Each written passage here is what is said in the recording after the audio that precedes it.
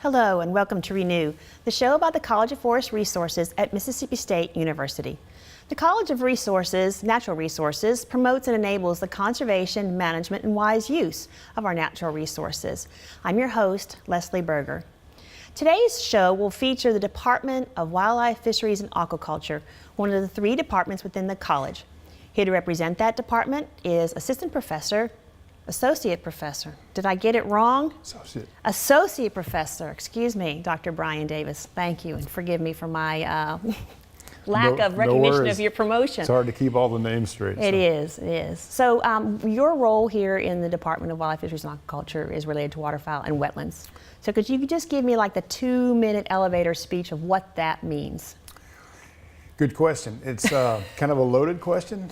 I think probably the best way to really summarize a lot of the things that we all do is wildlife, the interaction or relationship of wildlife and their habitat. Mm-hmm. Really, at the end of the day, no matter what else happens, if we don't have adequate types and distribution and abundance as a habitat, a lot of times we don't meet our population goals, we don't meet nutrition goals for the species in question, things like that. So what we do here is a lot of work with individual species like mallards, for example, here in the MAV.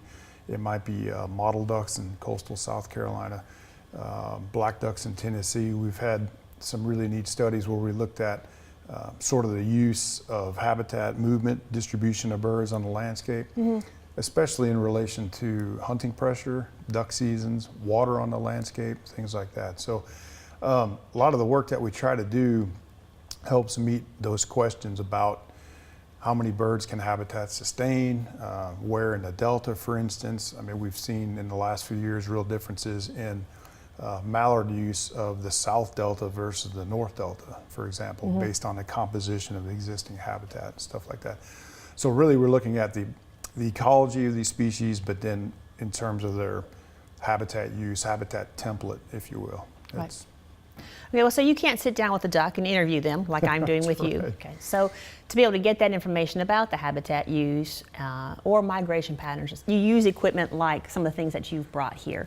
So these are telemetry equipment that allows you to follow an individual to bird. But you have different kinds here, and you've got an antenna over there. Could you explain a little bit about what you've brought? Sure. Actually, this is a radio transmitter, a VHF, very high frequency radio transmitter that I used about 20 some odd years ago on female wood ducks. And we actually suture this on the back between the bird's wings.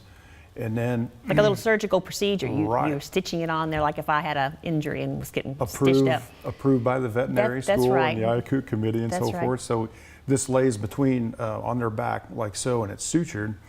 And then the other thing, what we're really interested in was the survival of their young, the ducklings. So we actually randomly picked about 3 ducklings per brood while they're still in the nest box. So basically with ducks, and waterfowl in general, but they'll basically hatch, the egg will hatch, and then 24 hours later they depart the nest. So sometime that next morning, or actually it's even better, the sooner they hatch out of the egg, we also applied that to the back of the duckling. Sure.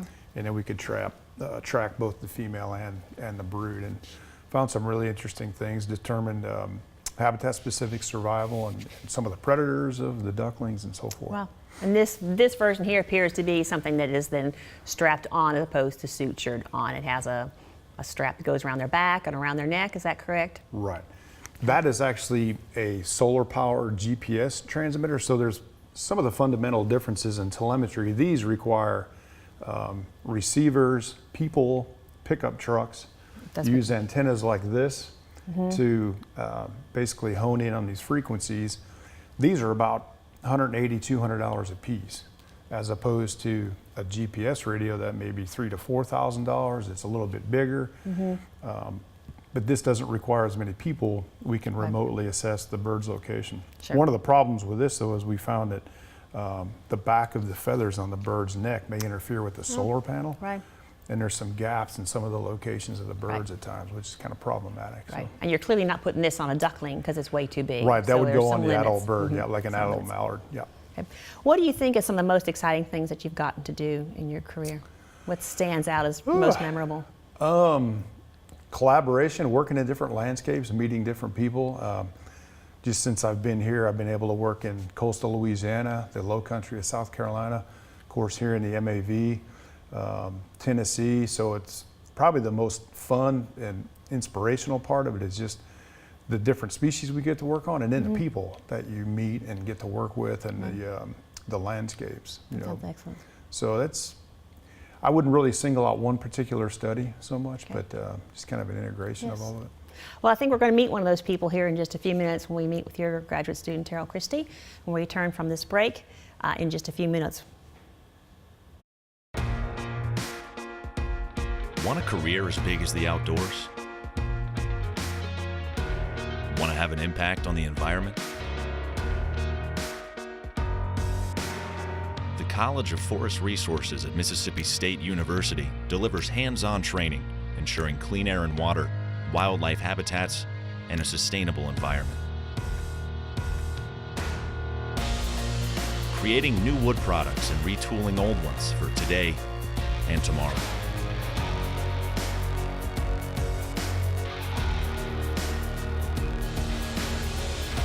Find a career in whatever path you choose. Majors in forestry, natural resource and environmental conservation, sustainable bioproducts, wildlife, fisheries, and aquaculture. Want a career as big as the outdoors? Choose the College of Forest Resources at Mississippi State University.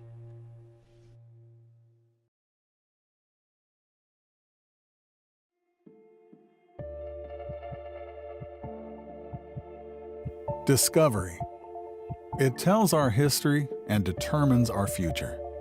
At Mississippi State University, we're digging deep, unlocking an understanding of our past, validating it. Middle East exploration by faculty and students is uncovering evidence that unravels ancient mysteries.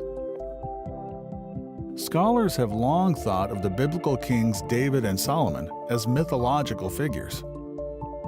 Our research offers evidence that supports their existence, boosting MSU into an international league of experts on archaeology.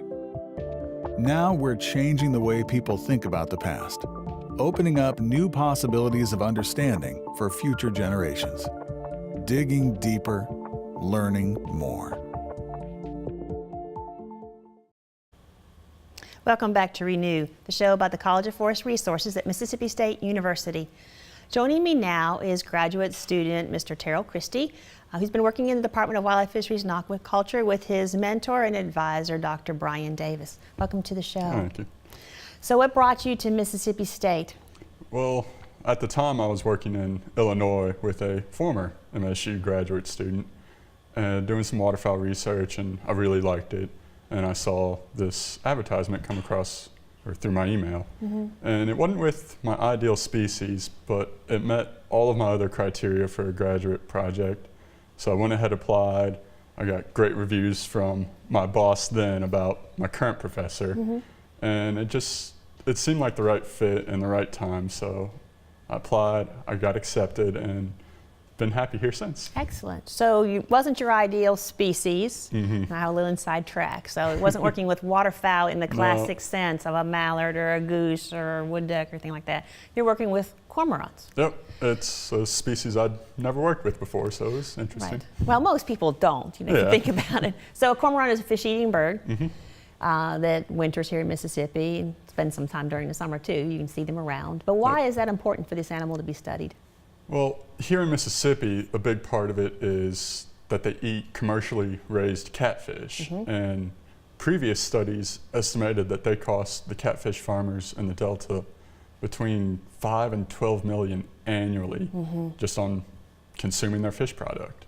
So it's very near and dear to those catfish farmers and can be a big headache. Sure, right, because you put a lot of money into a product that you hope to take to market, and then you don't get it to market because it's being consumed by birds. So what are you specifically studying then?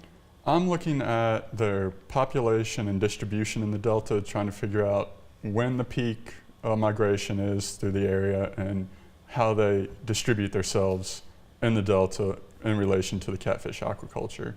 And then I'm also looking at their diet to see, based on where they're roosting at night, how much of their diet consists of catfish. So if they're either by the Mississippi River, might only be 10% of their diet Correct. is catfish. But if they're right next to aquaculture, might be Probably closer more. to 80.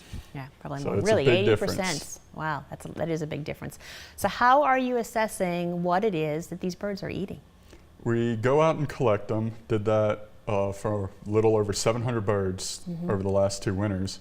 We'll get them back to the lab, cut them open, and go through their stomach. It's a stinky job, but it has to be done. And we got Right. a lot of good results. We were able to get catfish and native fish species that we saw, and we ID'd it, got measurements, and through a little statistics, Sure. are able to figure out their preference for catfish or native fish. Okay. So what are then the management implications, given what you're learning, and you're almost done, so with this particular project, given what you've learned, how can that impact the catfish industry? Well, my research is being closely followed because as I was actually collecting my data, USDA Wildlife Services was using my survey results to do their roost harassment. So my data is already being used for management. And then also, once I collect all mine and can hopefully create a good model, I'll send it to an aquaculture economist who will then redo all the estimates and figure out, since the previous research, how much has changed and put an actual dollar value on how much the birds are costing the farmers currently.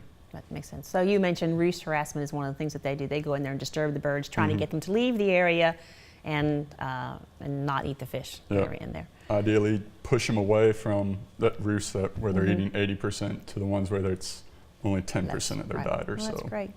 So we've only got about a minute left, but I'd like to find out, where do you see yourself here in the next, you're almost done, so where do you see yourself next? Well, hopefully I'll be finishing up here around December or so, and then I'd really like to get an entry-level biologist position with either the state or federal government.